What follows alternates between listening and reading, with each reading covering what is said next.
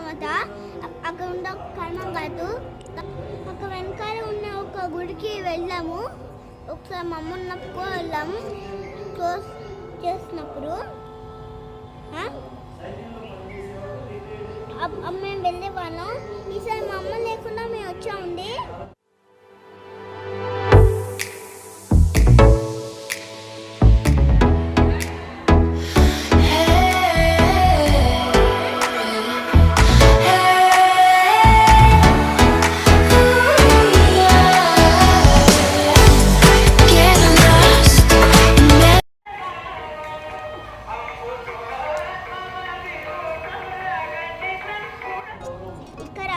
ఇక్కడ అప్పుడు ఒక పొంతుగా ఉండేవారు.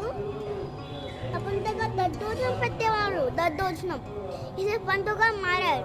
మారిన తర్వాత మనకి ప్రసాద్ దక్కింది.